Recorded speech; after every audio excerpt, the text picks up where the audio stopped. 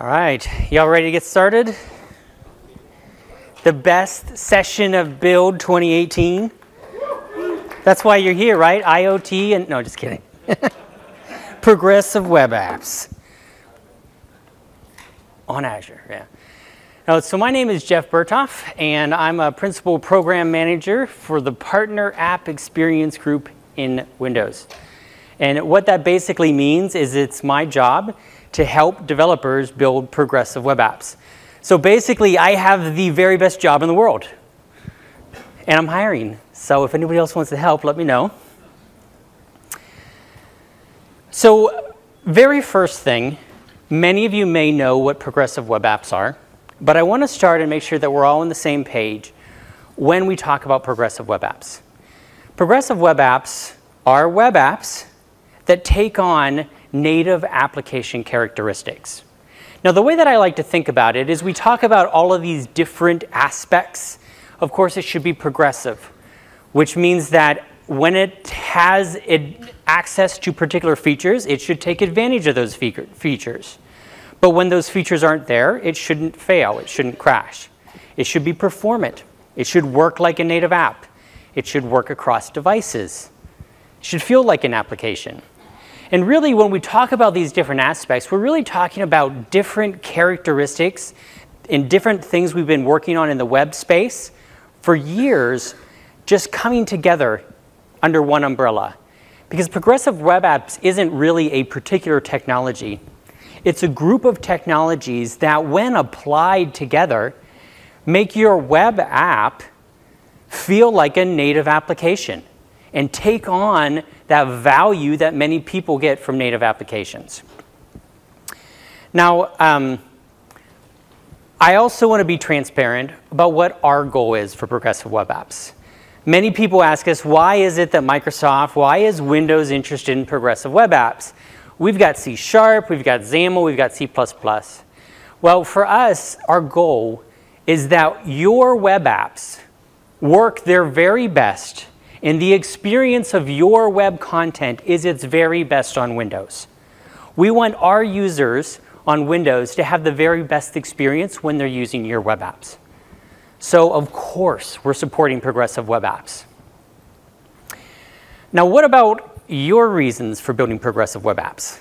I talk with developers a lot about why they choose progressive web apps over native applications.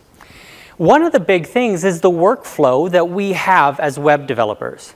As web developers, we're used to building with web technologies. We have our favorite frameworks. We argue about our favorite frameworks at lunchtime. We don't want to change that. We have build processes in place already. We have our source control that we use, A/B testing. We don't want to abandon that. That really works for us. The second thing is we deploy our code in certain ways. We actually generally deploy our code quite often.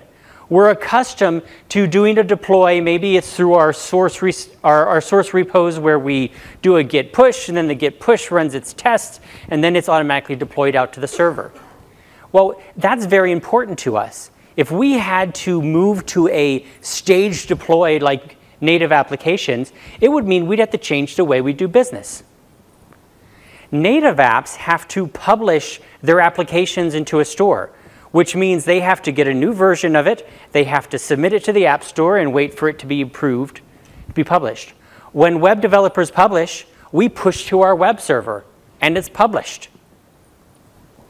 And last but not least, we want our content to work everywhere. So our web content, our progressive web apps, shouldn't be something that is just inside the application space. It should be something that works both as a progressive web app and in the browser as web content as well. Another reason is the ecosystem. There are tons of tools, tons of frameworks, tons of languages that we use to build the applications that we're using today. It's important that we still have access to those. It's important that we don't have to change those. It's important that we're able to have the consistency in our code base. Many web developers have put a lot of time and energy into their web apps. Asking them to start from scratch to build a native app is often too much of an investment for them to do it. With progressive web apps, you can continue to build on top of the technology that you've already invested in and now move it into the application space. When I talk to progressive web app developers, you tell me that it's very important that your applications work cross-platform. I've met very few developers who have said, hey, I want to build a progressive web app for Windows. No, they want to build a progressive web app that runs everywhere. It's a foundational part of a web app that it's cross-platform. And so when we embrace progressive web apps at Microsoft and on Windows, we want to be sure that we don't mess with that. We want to make sure that it's in a way that your code can still work across platform. And for us, when we introduce it, it's something that works across our Windows devices as well. Just like you're writing for cross-platform, you can work across devices, which means your progressive web app can run on Xbox. It can run on a tablet or a PC. It can run on a Surface Hub. It can run on a HoloLens. So as we introduce new devices to the market, progressive web apps will be there as a way to reach users on those devices. Now let's talk about what it takes to build a progressive web app. Okay, I don't want you to write a minimum viable PWA, but it is important to talk about what that low bar is. Okay, so we basically have what we call an MVP, a minimum viable progressive web app. It requires three things. It requires that you are secure. You have to be on an HTTPS connection. You have to be secure for service workers to work. To be a progressive web app in the store, you need to be HTTPS. It's a promise we've made to our users that our apps are secure. So if we're going to list your PWA in the store, we want to make sure that it adheres to that. The second thing is a web app manifest. And we'll talk a little bit more about this in a minute, but you need to tell us a little bit about your app. We want to know a name. If we're going to list a progressive web app in the store for a user and they're going to be able to install it, we don't want them to install www.mydomain.com. We want them to install an app that's called My App, or whatever your app name is. The last thing is that it has to have some sort of offline functionality. And most developers use service workers for this. So this way you have an experience for your users that even if the network is not connected or poorly connected, your application still has an experience. We've heard time and again from users that one of the most unexpected things for users is getting a 404 message inside of an application. It just is not what a user inspects. So we want to make sure that there is an offline experience there. Now I'm going to make an assumption that HTTPS is there. And if you are here to figure out how to do HTTPS, there are plenty of other talks on network out there that you can go to, and I suggest you do. But we're going to assume that that's taken care of for this session's sake. So I'm going to focus a little bit on the web app manifest. Okay, this is what a web app manifest looks like. It's very comfortable for us as web developers because it's JSON. It's something that we're familiar with. Now, we're looking for some important parts of your manifest to consider it a high-quality manifest. So first of all, I mentioned we want a name. If you list a name or a short name inside of your manifest, and that gives us something to work with, app-wise. If you have a short name and a name, we use your name in the application list. We put the short name on the tile. The second thing is we want you to add some images. So at least a 512 by 512 size image should get you all the important tile sizes on Windows. But it's important that we have an image that we represent your app with. We don't want to just use a standard fallback of a PWA tile. And then there's a bunch of other details that you can provide us inside the manifest that helps us create a great experience for the users through the app experience. First of all, things like a start URL is very important. We can just assume it's the start URL or the base of the domain, but maybe you have a particular start URL. And then we have things like display and orientation. background color and theme that helps us give insights on how you want your application presented. Now, one of the things that we're working on at this point is expanding the options for the display property of the W3C manifest. Today, we support basically two different options. That's the browser mode. And if you tell us that your display is browser, that means your progressive web app is going to run inside of the browser, inside of Edge. And if you tell us it's standalone, and we look at minimal UI today as the same way as standalone, then we know that you want that to be presented as a store application on Windows. That means it gets a listing in the store, it runs in its own app container, and we don't give you any UI aside from a back button. Now, what we're working with for the future versions of Windows, and our goal is for the next one, is to introduce other ones like minimal UI and full screen. So minimal UI will give us a little bit of additional UI so that a user can have a little bit more context for your application. We've heard from developers that there's some cases where they specifically want to show the URL. We understand that the URL is often important to web apps. So we'll have an option that can show you that URL. Now I'm going to take a little step out here and show you a preview of what this will look like.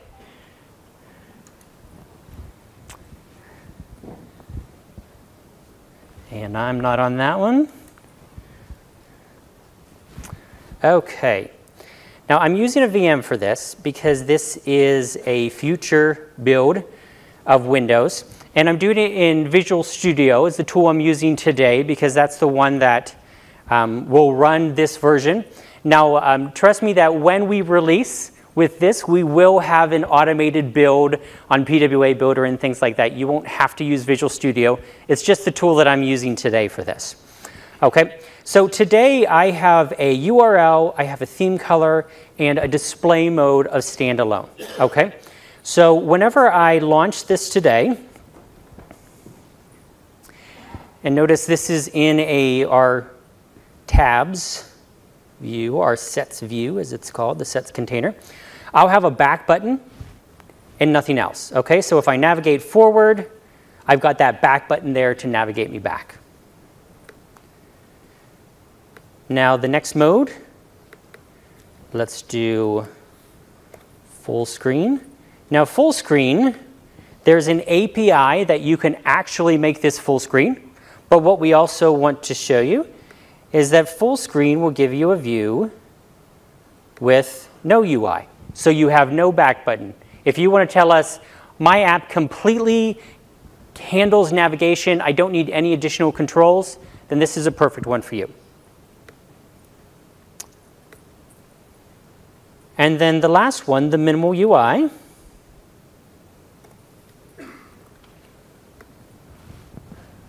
When I load that,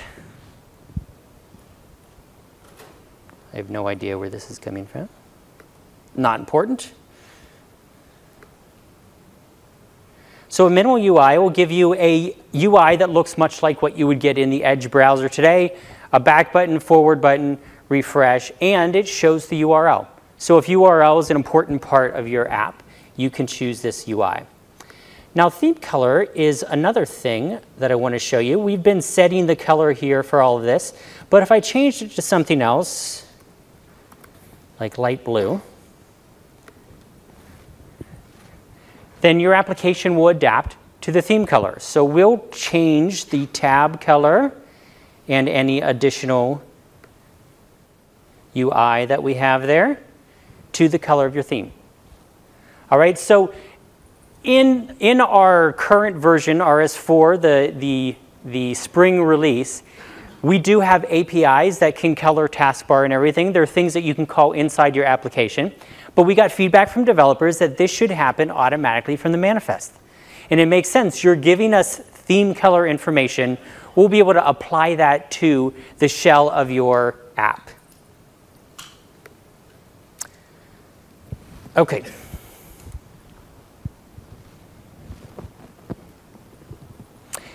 Now the second thing I want to cover, and I'm going to do this quickly, is service workers. And the reason why I'm going to do this quickly is because we do have a whole session on service workers tomorrow, which will be awesome.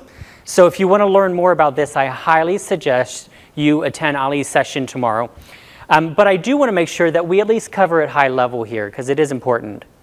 Today, a network request, the typical network request, means your app is loaded inside the browser, and that page makes calls down to the server. The server then passes the data back up. Pretty typical.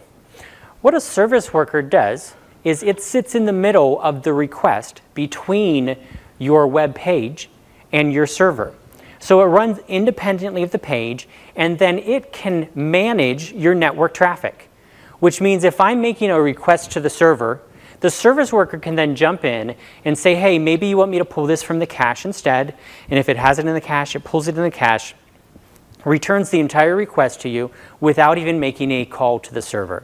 So you can imagine this is very helpful for running things offline, for handling poor network connection, and for giving really good performance to your applications. Web apps have tended to get quite heavy lately. I was hearing talk about how some folks were able to get their web page down to 1.5 MB. In my day, 1.5 MB would be embarrassing, right? I want to see 20K. That's what I want on my web pages. But this helps manage that weight. And this is how it works. There's two aspects to the service worker. One, you add to your page, okay, and this is where you register your service worker. And this is where the service worker is going to tell you what content it's going to cover. The first thing you're going to do is you're going to feature detect whether your browser or your PWA supports service workers. And if it does, then it's going to see if you have a controller installed. Now, if there's already a service worker controller, that means there's already a service worker installed, and you're done. You move on. If it doesn't find a controller, then it registers a service worker. Now, the service worker where it's registered is actually quite important, because you want this pretty much to live on the base of your PC, or sorry, the base of your website, because it's only going to have access to its own scope. So if you put the service worker like in the JavaScript folder, it'll only be able to handle traffic to the JavaScript folder. If you want it to cover your whole site, you want to put it on your root.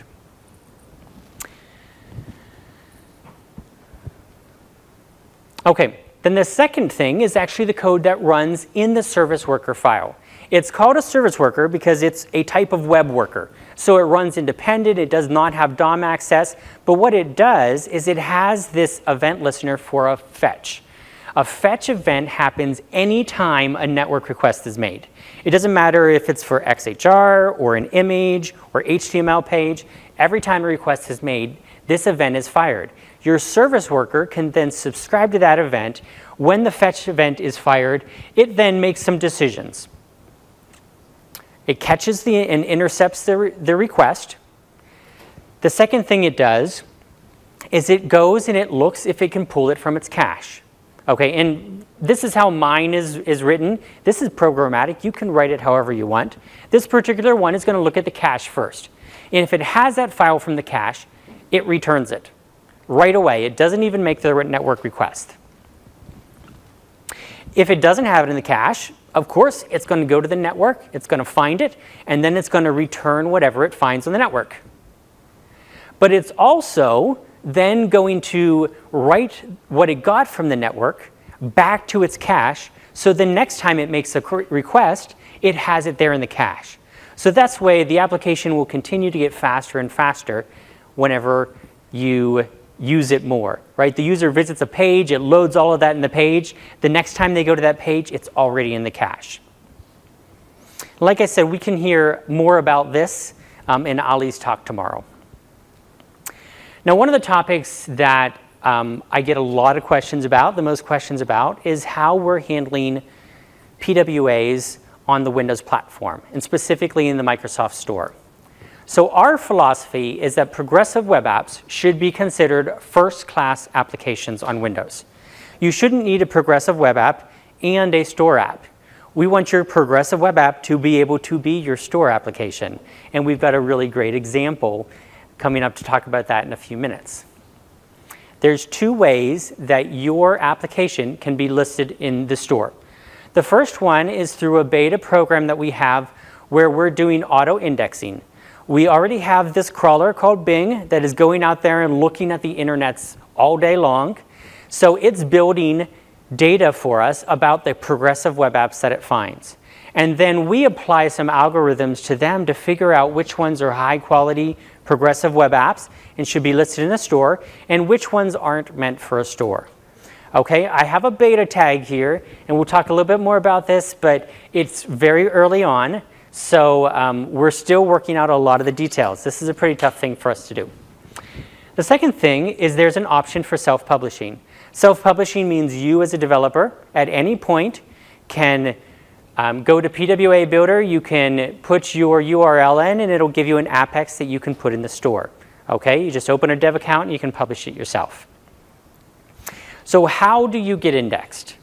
Our goal is that all of you should only have to publish your manifest to your web server. We should be able to find it and do the rest. So that's what our goal with this is. So there's a couple things. First of all, of course, you have to be HTTPS to be found. You have to have a high quality manifest. So we showed some of the values at the beginning that we're looking for in high quality manifest.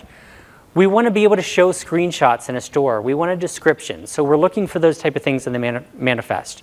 Of course, it has to support offline functionality. It has to pass our store certification. There's certain things that we don't allow in the store. We don't allow adult content. We don't allow offensive content. If you sell digital goods, today you still have to use the Microsoft Store SDK to sell that. So if you have digital goods, you will not be auto-indexed. And then last but not least, we're looking for some Windows differentiators.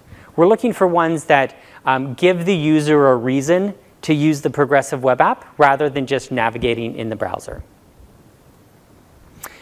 We also have a really great tool called SonarWall.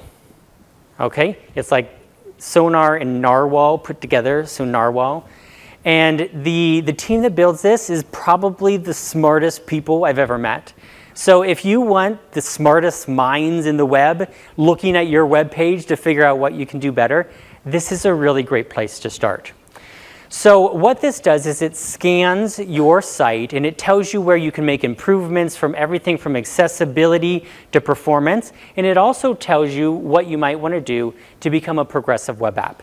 So in the scope of being indexed, you'll want to make sure that you go through this so you have an idea what we're looking for as far as high quality progressive web apps. Now I'm going to show you really quickly what this looks like. So I have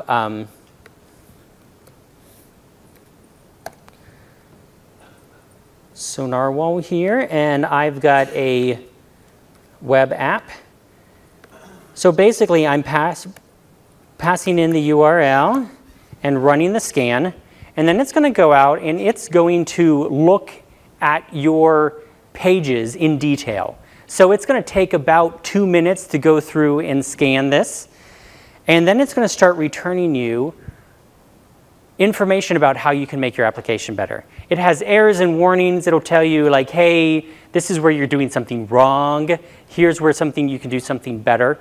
And so it's a really great tool to be able to get an idea of the improvements that need to be made on your application.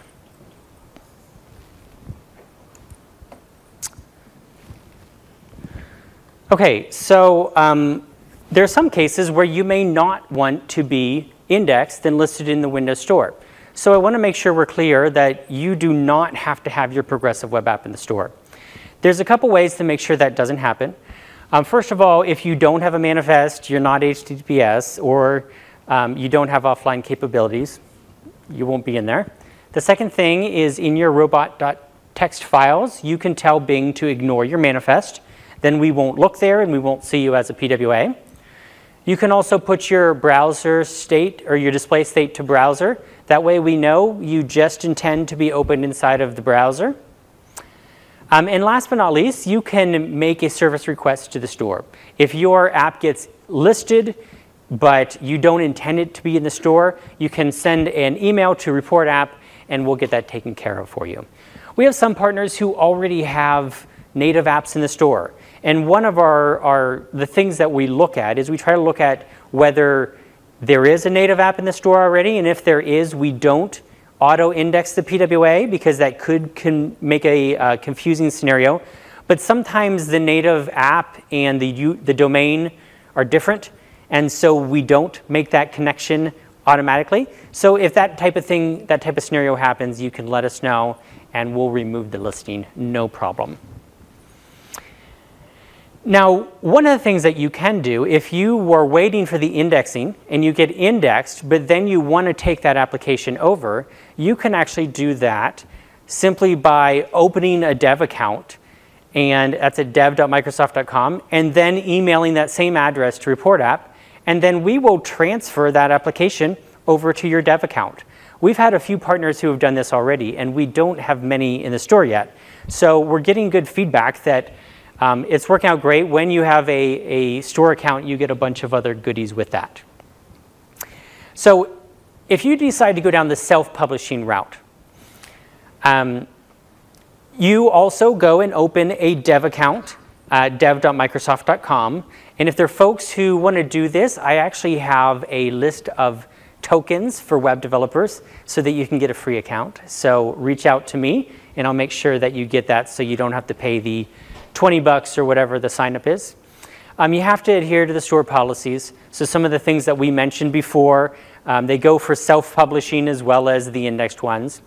And then the last step is to generate an Apex with Visual Studio or PWA Builder Online or CLI so that you have something to submit to the store. And the Apex basically wraps your manifests and your images and stuff up and puts it in the store so that they can create that listing.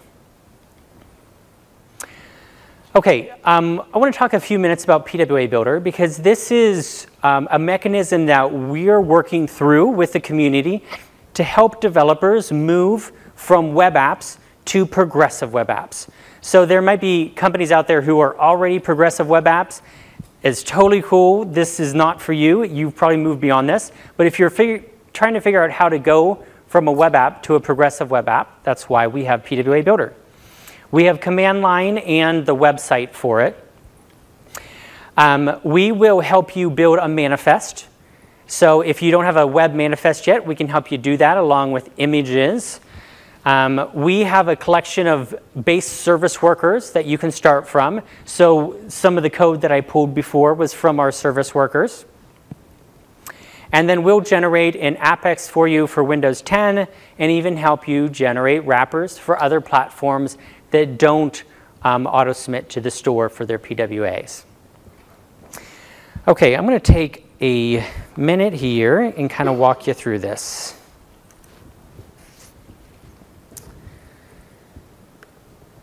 So PWA Builder, I'm going to take this same Southridge web app here, this amazing looking demo application.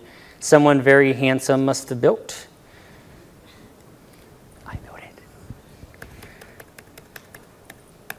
And I'm going to put the URL in. Now I have a manifest on this site already, so it's actually going to recognize that and bring that up, but it'll allow me to then go through and edit any of the information.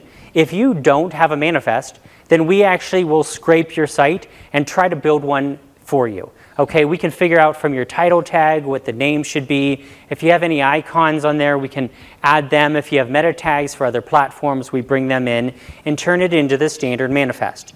Okay, and then here you can copy this. If that's all you need, you can download it or copy it right there.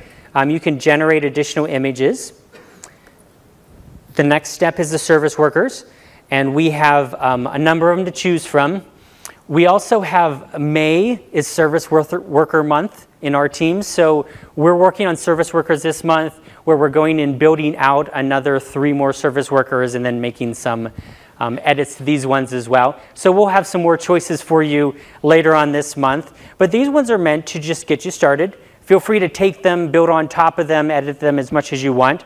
But if you just want to show a page that says we're offline, we can do that for you. If you want to do a cache first, we can do that for you. If you want to go and only pull from the cache when the network is slow, we can do that for you as well. And then the last step is where we handle the publishing. So we give you the wrappers for iOS and Android here. We also do Mac OS and Windows 7, but that's with the CLI only. Now the first thing I'm going to do is show you the Windows package. We're going to download what we provide here, and we're going to give you basically everything that you've built out here already. And then we're also going to give you a side loadable package. So if you want to know how it's going to run on your Windows 10 machine, what it's going to look like, you can do that here.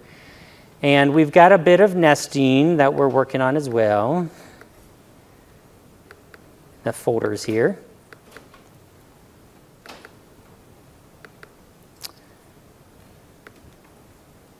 And then we have this test install script where you can run it.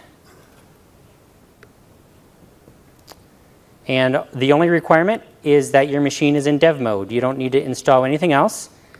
And then your application is sideloaded for you to do your testing.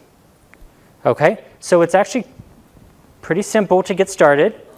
You are also, when you're done, when you're ready to submit it to the store, you want an AppX. We've got another window for that here. This information comes from the Windows Dev Center account. So I have one of those open here. Basically, you go in, you pick your name, and it should match the name on your manifest. And then it will give you the 3 pieces of information that you need to give back to PWA Builder to generate your AppX right. Okay, it's going to give you your package name, your package publisher, and your package display, publisher display name. Okay, so then you go back and you plug those in. Give it a version number so that you can continue to version it if you need to make changes. And then we'll turn you back that same package, but there'll be a new folder in there called Packages that has an AppX inside of it. And then that goes right into the dev store, and that's all it takes.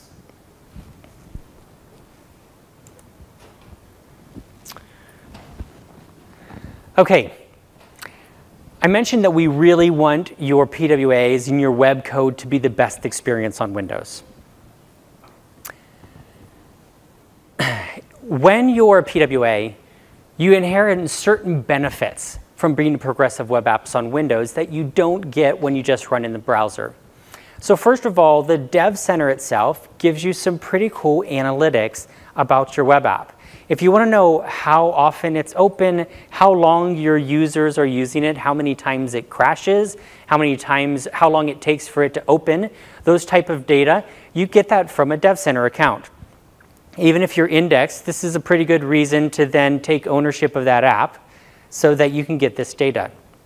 If you want to do in-app purchases, to do the non-physical content, you can do that, the digital content. It's promotable. We do promote progressive web apps in the store just like any other application. So you want to be listed and highlighted. It can happen as a progressive web app. We remove the data storage caps for your PWA. So even on things like IndexedDB, the data caps that you have in the browser are removed so you can store additional data. Of course, the service workers work there in conjunction with your progressive web app so that you get that same offline and network experience.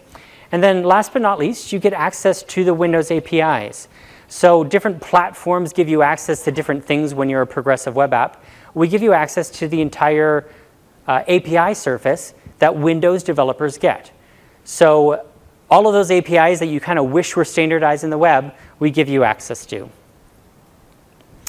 I'm going to have Charlie come up here in a minute because Twitter is a really great example. They've done just a fantastic job of taking their progressive web app and really making it light up for their users on the web. And this is one tweet in particular. I think, Charlie, you're going to talk about this more, so we'll kind of go over it. But it was really cool to see some of those APIs being utilized inside of Twitter to build experiences that just aren't available in the browser today. Now, how do you use a API? They're actually written in JavaScript. So you use them just like you would use any other JavaScript API. The first thing you do is you feature detect whether you should use it or not. Remember, progressive web apps should build up on top of your app, okay? So you feature detect and say, yes, I'm inside of the Windows app. In this scenario, I'm doing a pinned app. So if I want to do a secondary tile where maybe a particular page of your PWA, you want to let them pin to the start menu, this is what you do. So you call the tile object, which is inside of this Windows UI namespace, and then you decide the coordinates on the screen for the button where it's placed, and then whenever you want it to open, to prompt the user to pin it, then you call the tile the request create for selection async. Okay? The naming conventions that we have here don't feel very JavaScript in the APIs, but the good side of that is they are equivalent to what the C++ and C# developers use. So if you're looking for documentation and stuff like that, it's quite helpful to be able to go down to the same namespaces. This is another one that I think is very important because we're talking to other platforms as well, and they're saying activated events can be very, very powerful. They have a lot of users asking for those as well. So we give you an event that is called activated inside of your progressive web app so that you know when your app is launched and how your app is launched. And you can also pass in data with the launch of that app. So in this scenario, this one is launched by a voice assistant. So a voice assistant launches the application. The activated object then fires. And inside of that, I look at the arguments that are passed in. It tells me how it was launched by a voice assistant. And then I also have additional content that's passed in this case, the command word that was used. And then in my JavaScript, based on the command word, I navigate to a particular URL. Okay, you can also do this with tiles, secondary tiles, with notifications. There are many ways for your apps to be launched today, even auto-launching applications. The activated object tells you how that happened and gives you access to data that you might need when you pass through that launch. Okay, so going back to the APIs themselves, I'm going to show you another quick application here. This is a travel app, okay? And basically you're selecting where you want to go. I'm going to go on a vacation next week. And then when it goes to pick your people, if you're on the web page, this lets you type out the name of the friends that you want to invite. In this case, because I'm in the PWA, it's going to call out to the native API for my contacts, and it's going to list my contacts. I apparently don't have many friends, but luckily this is my wife, so if I'm going to take anyone on a trip with me, I should take her, right? I'm going to go down and add it to my calendar. And again, instead of having a calendar file that I download, like it would be on the web page, in this case, it actually opens my calendar, and then it adds an appointment right to that calendar. That's a native API that we can call. And then at the end, when I'm all done, it sends me a toast notification that says, pack my bags. There it is. Now, what I'm going to do is open the F12 tools here. And you can use your F12 tools with your progressive web app. When you have a side-loaded version like you get from PWA Builder, you just hit F12 and it opens. And then I'm going to go back to PWA Builder because we have a new feature that we're working on. And you can get to this today by going to preview.pwabuilder.com/Windows. And it is a sample library for Windows APIs. We get asked a lot, which APIs should I use as a web developer? And we say, well, hey, use whatever you want. But what we're really trying to do is collect the top 15 APIs that folks are using and then give you snippets that you can then take and add to your application. So right now, we just have a few in here that we're testing with. So things like create tile, create a secondary tile, create the dark theme check, change the app bar titles. And what we give you is we'll give you the parameters that you need to launch that, which aren't showing up here. Let's try that again. Yeah, we'll give you the parameters that you need to launch that, and then the code that you add to your application. So for example, the create dark check, I'm going to go ahead and copy this out, and then I'm going to go back to this PWA that I have here. And in the F12 tools, I will paste this in the console, and then I'm going to call it.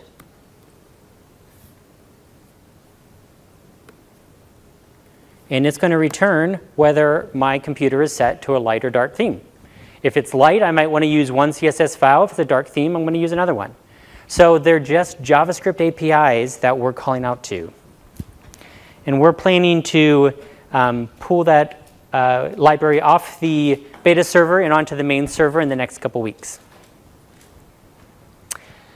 OK, so I kind of hinted at this earlier, but I'm going to ask Charlie to come up and talk a little bit about the Twitter experience of building PWA on Windows. So Charlie Kroon from Twitter. Thank you. How's it going, everyone? As Jeff mentioned, we recently launched the Twitter PWA into the Microsoft Store. I'm an engineer on the web team that worked very hard on putting that in there, along with 20-some other people, so we hope you're enjoying it. And I wanted to share with you guys some of the ways that we're using the PWA APIs right now, the Windows APIs, to enhance our experience, in the hopes that you guys can find some use out of them and make these really great non-baseline PWAs, as Jeff is talking about. All right, so I'm going to split these into two categories a little bit, some of the configuration APIs and the feature APIs, and tell you how we're using some of those. And first things first, you're going to be spending a lot of time, just like Jeff did there, to try and get these applications working just the way you want, to really explore some of these APIs and make sure they work. So I encourage you to get your dev environment set up first. At Twitter, what I did is I started by using pwabuilder.com to actually download that sample manifest, just as Jeff did. And it really is that fast to start and get it into the store. It's a really cool experience. All we did to build on top of that was tweak our logos, add in our developer information, and actually edit the manifest a little bit to add in some of these features you're going to see. The second thing I did, and I know this is super unpopular at a Microsoft conference, but we all develop on Mac machines. And that means I needed a good way to iterate quickly. So what I ended up doing was using a virtual box in one of the VMs provided by Microsoft. You can get an insider build VM that's really useful. And I used that along with the DevTools Preview Edition, as he just showed, to actually run my website on my host system on Mac OS, and then access it from my VM, so I could quickly sort of experiment with the application. All right, so before you start this journey into PWA land, a word of warning, a word of caution. You guys are going to be some of the first people experimenting with this, and it can be a rocky path at times. The API is massive, and that's a blessing and a curse. There are so many things you can do. And you can go to the Microsoft website right now, look at all the APIs, and it's overwhelming. But if you navigate carefully and look for some of the gotchas, you'll be off to a good start. So one of the things is you're not going to find JavaScript examples for every single thing you want to do. So as long as you can convert from the C# examples given into JavaScript, usually this is just changing that first letter to make it lowercase. That can be really useful. It's also sometimes hard to figure out exactly what certain API calls do. And you can get around this by just testing them. Go into DevTools, paste them in, see what happens. This was a great way for us to figure out how to do a review request, for instance. The other thing I want to mention is that the async requests that you'll make, so those things like saving a secondary tile, they don't come through as native JavaScript promises. So you can't mix native JavaScript promises with those promises. They have the same interface. You would call .then and do the result on any of them. But they're going to be a little bit different. So that's another thing. All right, so armed with these disclaimers, let's jump in and talk about some of the first APIs we used. These are the configuration APIs. They're things that are sort of invisible to the user oftentimes, but can make a big difference in the way that you use your app. They're oftentimes getters or setters, so they're one-liners or two-liners, and they're really straightforward to use, so I think they're a great place to start.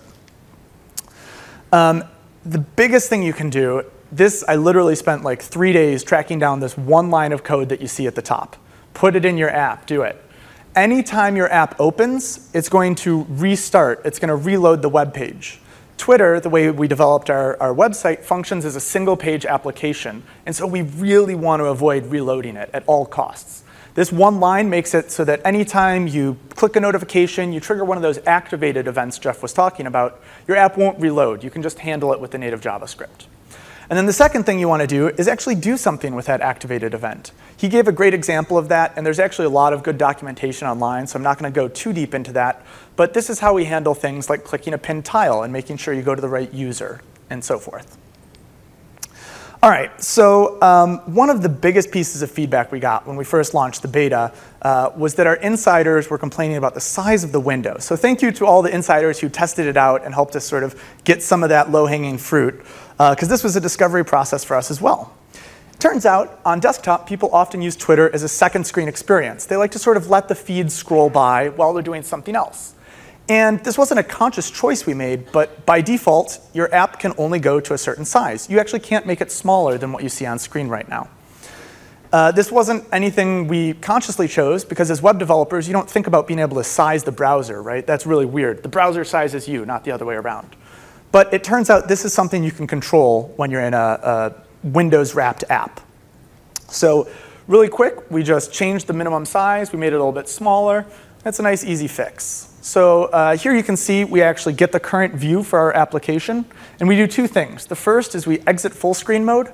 So if someone had been viewing a video and closed the app, the next time it would open in full screen again. That's sort of wonky and weird. So we can prevent that with one line. And then we change the minimum size. It's that straightforward. You can do a lot of other cool things around dealing with the layout. You can theme the top bar, like Jeff mentioned. You could look at the user's accent color and do some interesting things with that and sort of bringing their OS accent color into your app as well. All right, so if you guys are like me and you look at this slide, it's probably a little jarring. And most of our users notice this too. I'm actually light sensitive, so staring at this really bright screen is super annoying. Jeff sort of stole the thunder on this one, but it's something Twitter's fixing as we speak right now. People are working on it. And that's night mode, right? That's a little bit nicer to look at. And when we're done implementing night mode, we can actually make a richer experience on Windows as well. So we can do exactly what he mentioned. We have this method here. This is actually something I wrote on the plane up called is Windows dark mode. We can check that. And if it is Windows dark mode, we can use that to just automatically set our app into night mode as well. It's really straightforward and pretty cool. All right. So let's move on to some of the flashier stuff. These are the ones people are going to notice and the ones you sort of hear about in those keynote speeches. The interesting thing is that these things with asterisks, only those changes actually required us to redeploy into the Microsoft Store. So keep in mind that most of these can be done without having to update your app in the store. You can use your existing deploy interface. And for Twitter, that's deploying every single day. It's actually a really cool way to operate. So this is another airplane demo, as I call it. I played with the timeline just to see what an integration there might look like. So you can imagine you're on Twitter, you're viewing your live event, and you decide you have to leave your computer for a bit. Well, if you come back later in the day or on a different device, you could go back in your timeline, click on this, and be taken back into your moment or live event and catch up on everything you missed while you were away. It's a really cool little thing to do. All right, some of the other things, as I mentioned, we have secondary tiles, so you can pin your favorite users. It allows you to very quickly get into a deeper place in the app than your launch screen, sort of keep up with that. We have jump lists as well, so if you know that you want to go in and compose a tweet, it just takes one click to get there. It's really simple and straightforward. That just triggers a special kind of activated event that allows you to take you to the compose screen. And then finally, we have share integration. Obviously, being a social network, it's really important that we have sharing to the app and sharing from the app, and that we make it easy. So the other asterisk I want to say is for all these features, we actually do code splitting on them. And if you guys don't have this today, it's sort of, you can use Webpack, and that means you dynamically load code as you need it. We want to create a really rich Windows experience, right? That also shouldn't come at the expense of our Android users or our mobile web users. We don't want them to have to download code that they're not going to use. It's going to eat up their CPU time doing parsing. It's going to eat up their network bandwidth in areas of the world they might have to pay per gigabyte. So setting your site up something like this will make it sustainable so that as you pile on these cool Windows APIs in the future, you're not clogging up other systems. You're getting the right code to the right users. That's part of being a PWA.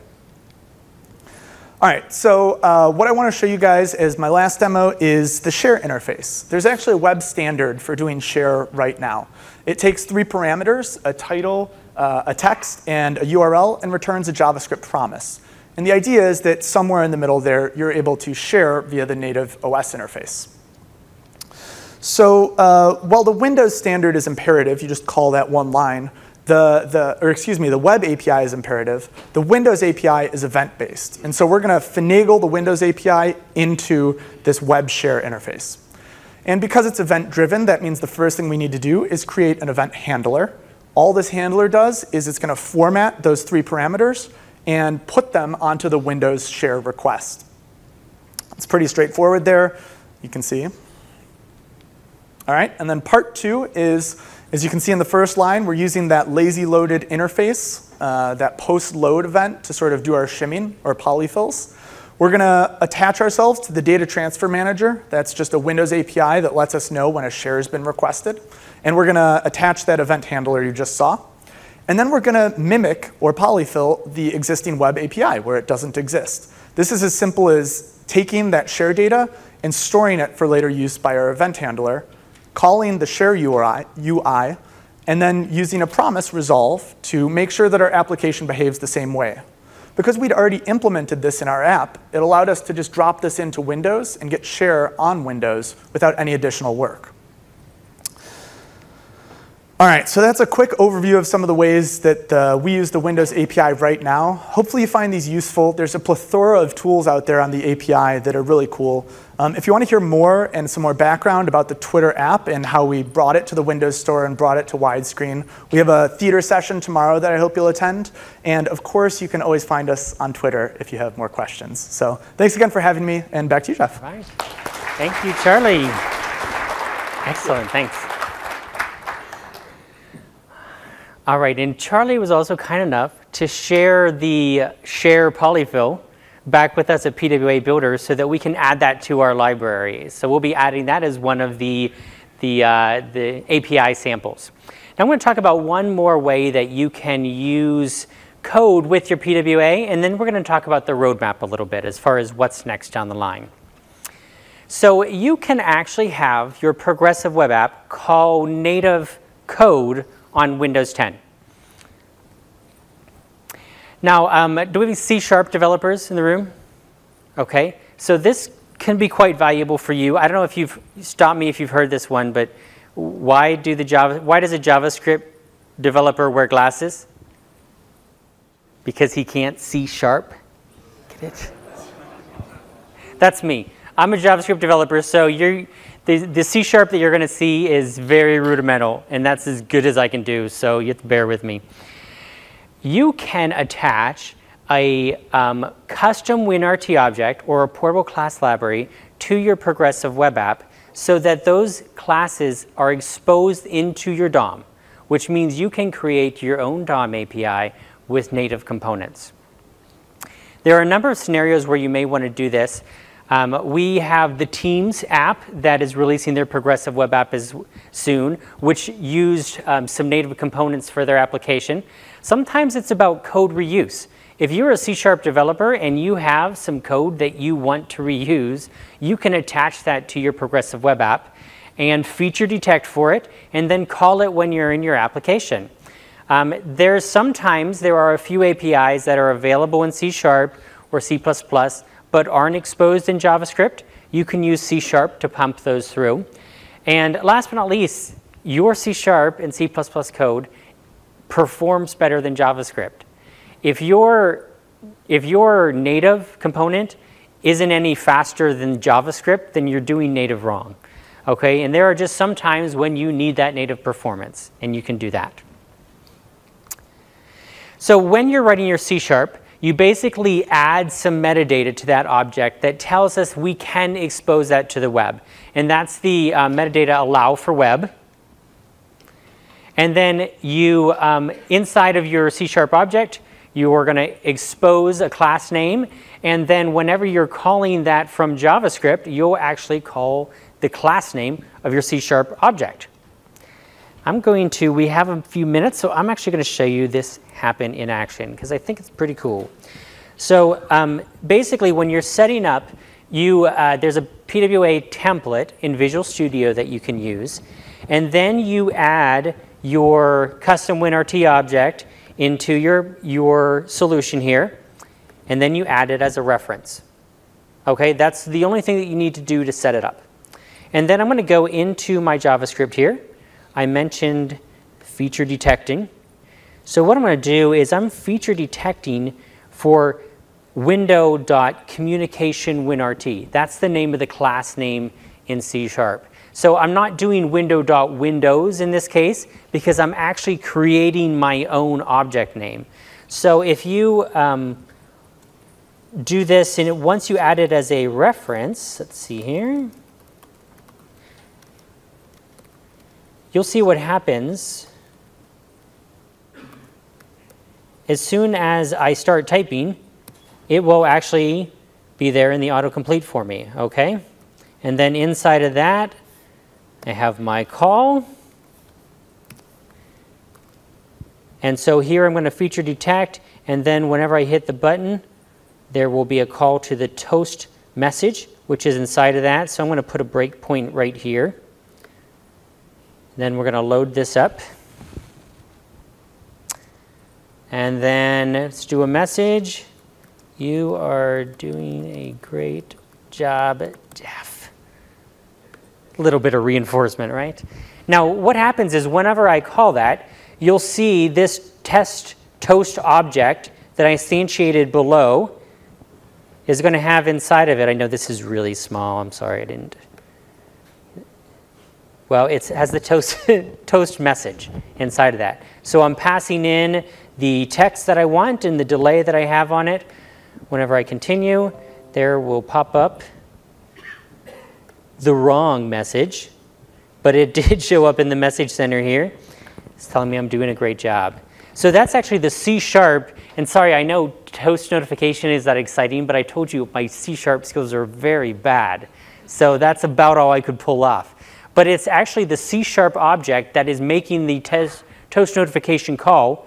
My progressive web app JavaScript is calling that object just like it was native, just like it was in the DOM as well. So it can be a very powerful tool to be able to combine the native with the progressive web app. It really helps you take that experience to the next level. One of the key things is the feature detection, because remember, to be and to maintain it as a progressive web app, it has to be able to fall back and work without the native code being there. So the native should be used for something that adds on to your application, not something that your application relies on. Okay, let's talk a little bit about where we're headed with this. One of the important places that we see we need to invest is to continue to invest in service workers. We're very pleased with the response that we're getting from developers now and some of the amazing experiences that developers are out there building, but there's actually even more to the service worker spec that we need to deliver in the future. So the very next thing that we're working on is the periodic sync. Now, the periodic sync will work both in the browser and in the application space.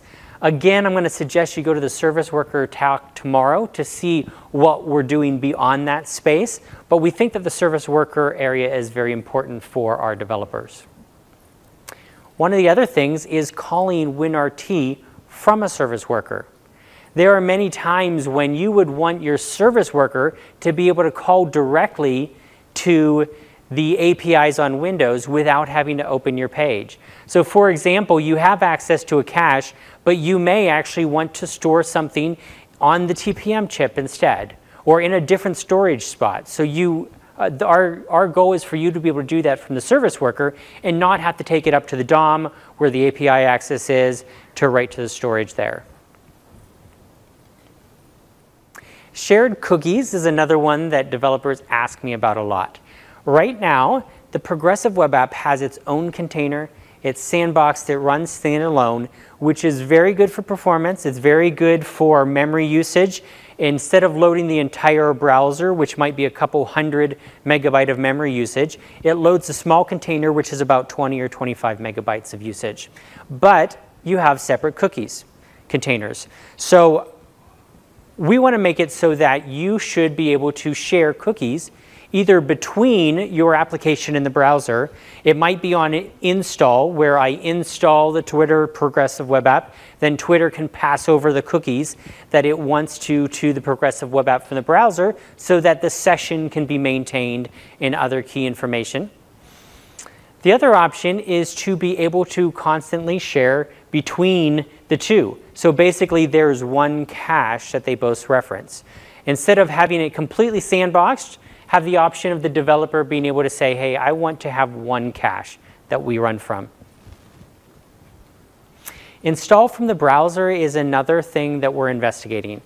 We chose specifically to go the store route first on Progressive Web Apps because we truly believe it's important to have Progressive Web Apps be first-class citizens and to be able to replace the need for a store application. But we also get a lot of feedback that the install should be able to happen from the browser.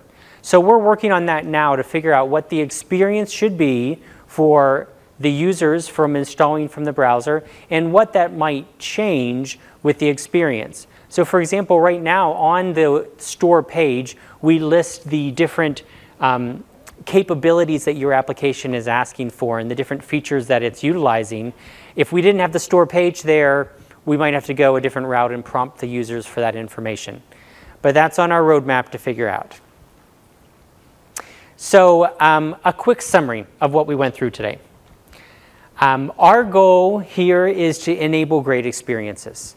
Okay, we want your web code and your web content to run great on Windows and want users to experience it just like a regular app. You can add your applications to the store intentfully through a self-publishing or the indexing program that we're working on now so that we can go out and discover them. On Windows, your progressive web apps can be flexible, they can be powerful. You can extend beyond what you can do in the browser today with APIs and native components. And last but not least, we're not done with progressive web apps. We don't see this release as being the end all and our work is done. We see this as just the start. So we're going to continue to work on this to make sure that we've got a great experience for users and we've got a great experience for developers to get their progressive web apps onto Windows. There's a few other sessions that I've mentioned throughout that I want to point out. Tomorrow, they're all kind of right in a row. One of them is the top one, the service workers, is at 3 o'clock. So that's a breakout session that will go deep dive into service workers, how we're doing them on Windows, what we're doing next. At 2 o'clock, I've got another session where we're covering progressive web apps along with a number of the other new technologies that we introduced with this latest release. It's more of a fun theater session than anything else.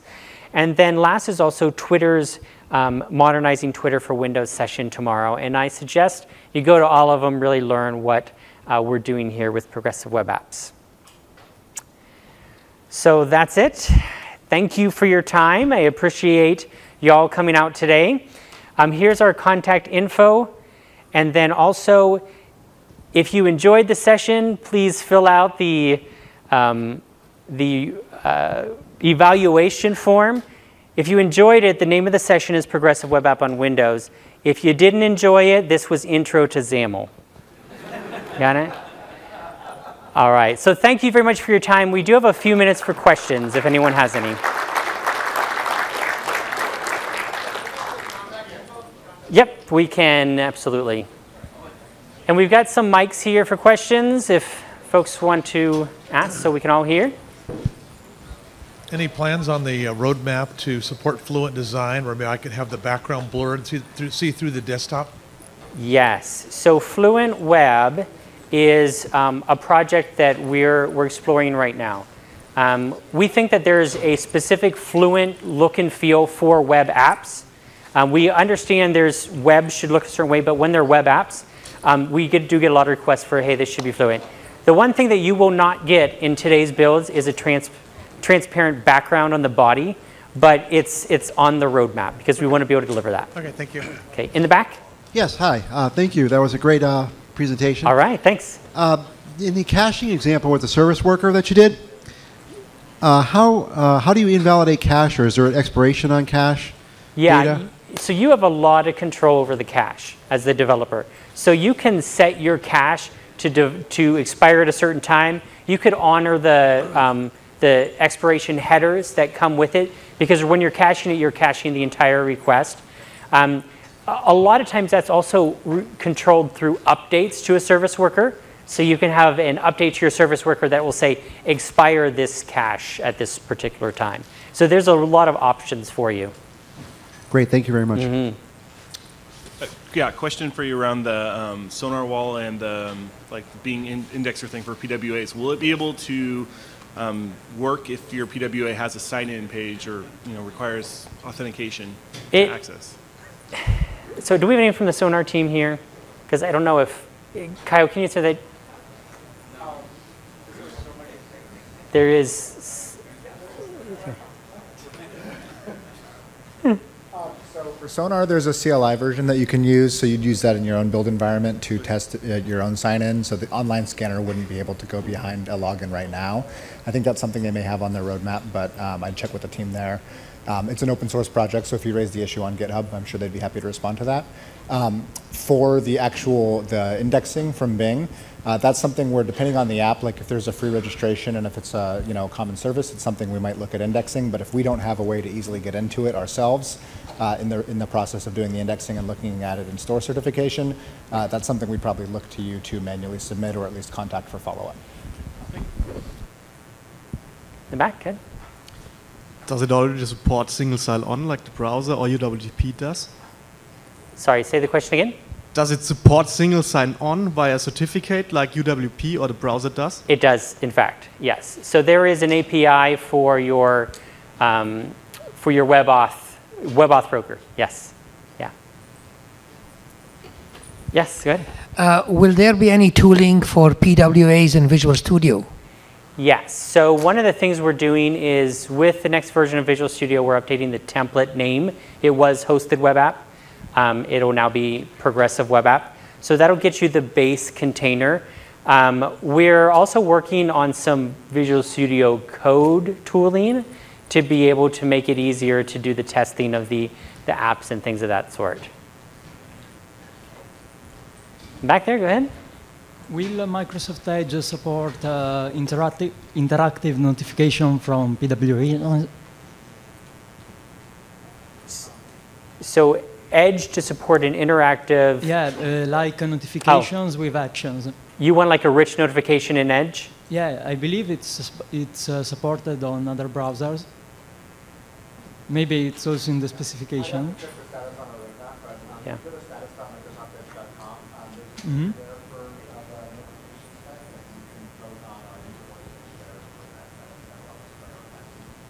Okay, thanks. Yeah. So, hello.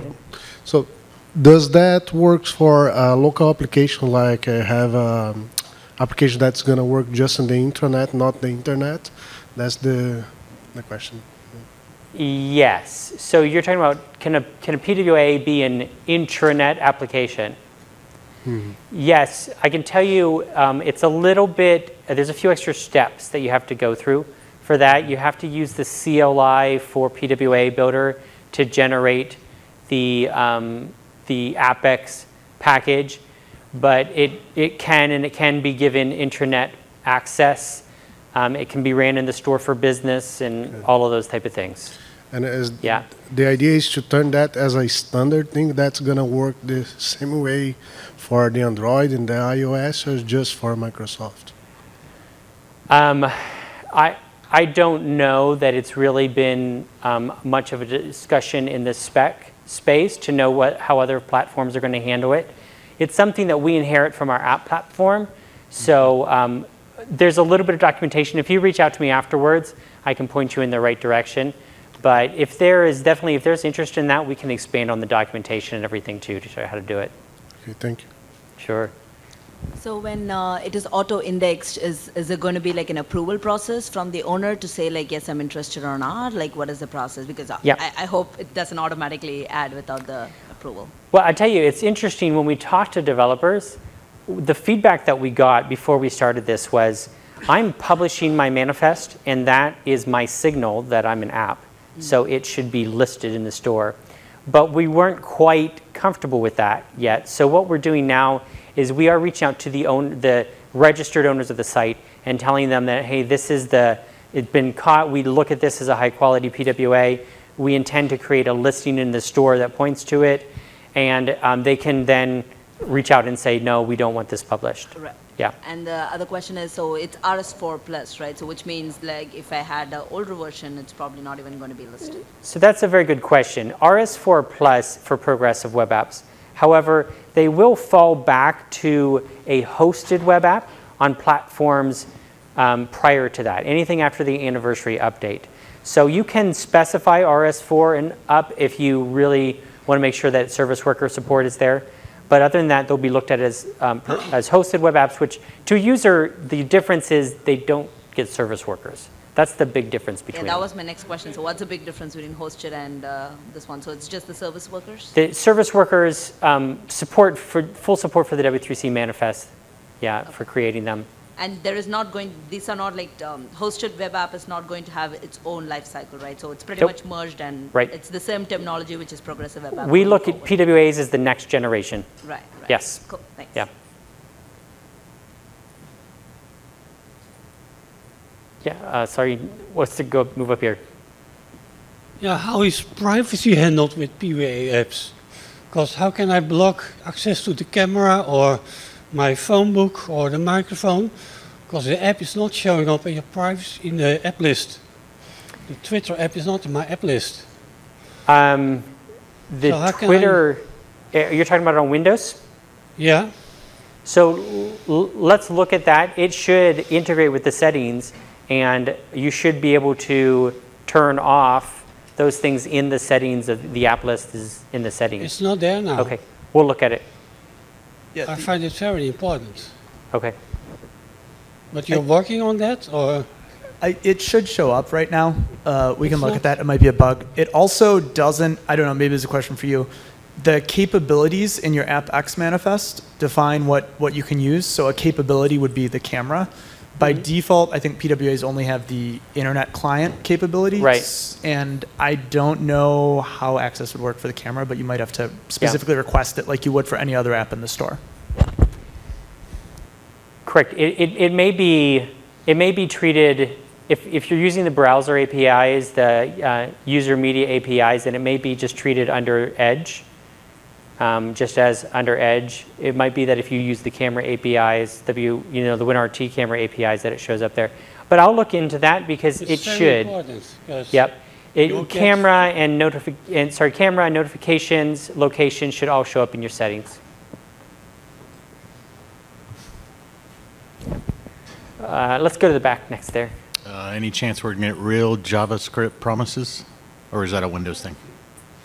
Are we going to get real JavaScript promises? So we can say like async await instead of then and then and then. Are you a C# developer?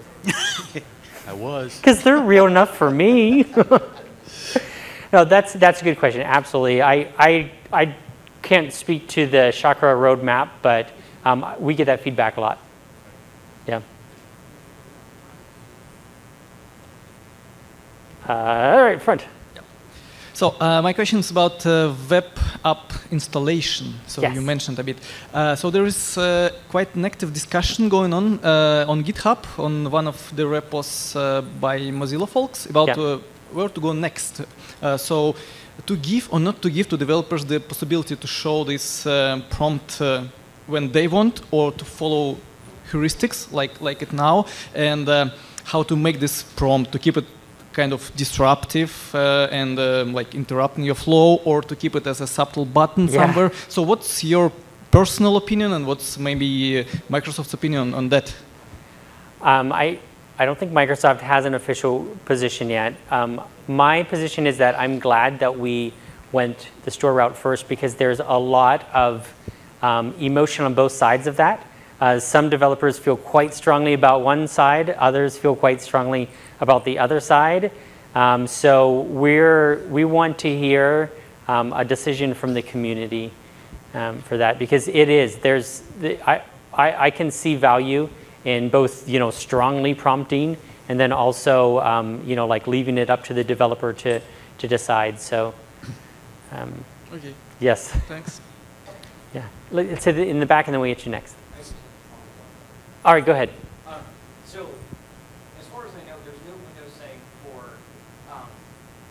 telling an app what level of disruptiveness you can try. Could you hypothetically set it to no, you can't interrupt me, yes, you can steadily interrupt me, or yes, you have quiet notification about notifications or like your options per application? Yeah. Is there anything like that that either exists and I don't know about or that is on the horizon? I can answer about this installation prompt. You can disable it in your code, so you can listen to the event when it happens, and you can just bypass it. And on the Windows side, the notification, strength. There's two sides to it. One is yes, the user can control, like when things show and everything. But we have a lot of different types of notification on Windows that we use specifically for different levels of interruption, right? There's toast notification, there's tile updates, there's taskbar updates, and for us, the reason why we have all those different methods is because sometimes you kind of want to leave a message out there on a tile for the next time they open it. You don't necessarily want to stop them in the app to make sure that they know it happens. So we have those mechanisms that would be developer choice at that point. Okay, in the back there. And then after that, if you all want to just come up and ask questions, there's not that many people in the room. We can do it on mic. I was just wondering about whether it's the progressive web app is a viable option for if you're starting from scratch and you want to have a web presence and then apps on Windows, iOS, and Android, and whether this approach would be a good one as opposed to doing something on Xamarin. Yep. Or is this something that's very specifically to get something that you already have a website and now you want to get a presence in the Windows Store, and then you've got an iOS and Android native app as well? I mean, maybe that ties to what Twitter did, or what do you think about that question? So it's a great question. And we actually get that a lot when we're working with developers. A lot of times they'll ask us, hey, you guys make Xamarin, now you support progressive web apps. You have tooling for Cordova. What's the choice for me? Our opinion is that we don't want to make the choice for you. We want to enable what choice you've made. But when we break down those charts with developers, if you are looking to create a custom experience on each platform, Xamarin works really well because you can share a lot of code and then build separate heads for each platform. But if you're looking for a build once type of scenario that then runs across the different platforms, then progressive web apps are a really powerful tool. And especially when you add in service workers to get that native-ish performance, we're seeing a lot of partners, even a lot of our internal applications, who are going that route to make that cross-platform application. I guess maybe then the question is, what is the equivalent of the progressive web app on iOS and Android?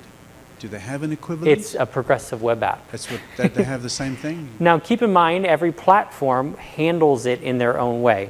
So we're not 100% sure how Apple is going to handle it in their platforms. We kind of know where they're going, but Apple, they go their own way. So we know on Chrome, they're install from the browser, install basically Google search results becomes the store listings type of scenario.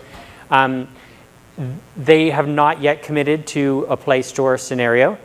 But what we've done is, because we do have a lot of partners who have asked for store scenarios, PWA Builder builds wrappers for iOS, Android, Mac, and Windows 7 so that you can still use the PWA, put it in the wrapper. It's not as light as just a PWA. It still has the wrapper weight. And we're trying to make a switch so that we're using the default web view on every platform so that it's as light as it can be, as transparent as it can be, and still meet those needs. And we've had a number of developers who do that, and they use that to be their store solution. And we can hook you up with some of them if you kind of want some advice as to how it went for them. Thanks. All right. Other questions, or if not, just come on up. Yeah. Let's get these guys first, and then. Yes. If you want a discount code for the App Store, send me a direct message on Twitter, and I'll give you one. No problem. Yeah. Yeah. Just real quick. Yep. So you mentioned that you want the PWAs to be first-class citizens in the store, which I get and I agree with. My concern a little bit is with the auto updating because of the nature of PWAs and that it's coming from the web. Is there any concern around user confusion because you install an app and then you never see an update from it, whereas you install another native app from the store and you see updates all of the time, hopefully?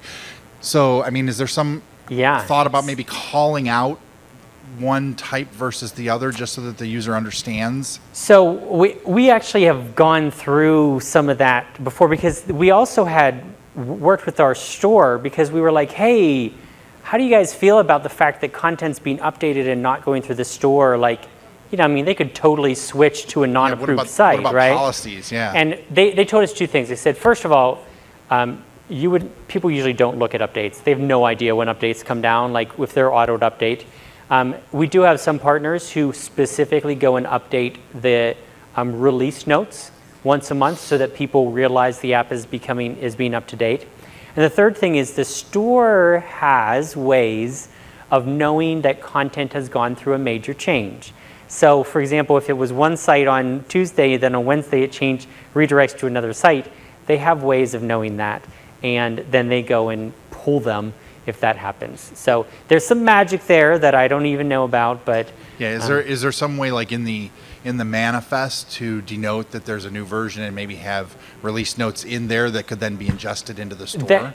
That is a great question. We should bring that to the spec level, because that's not in there right now, and I bet you that would be a really great idea.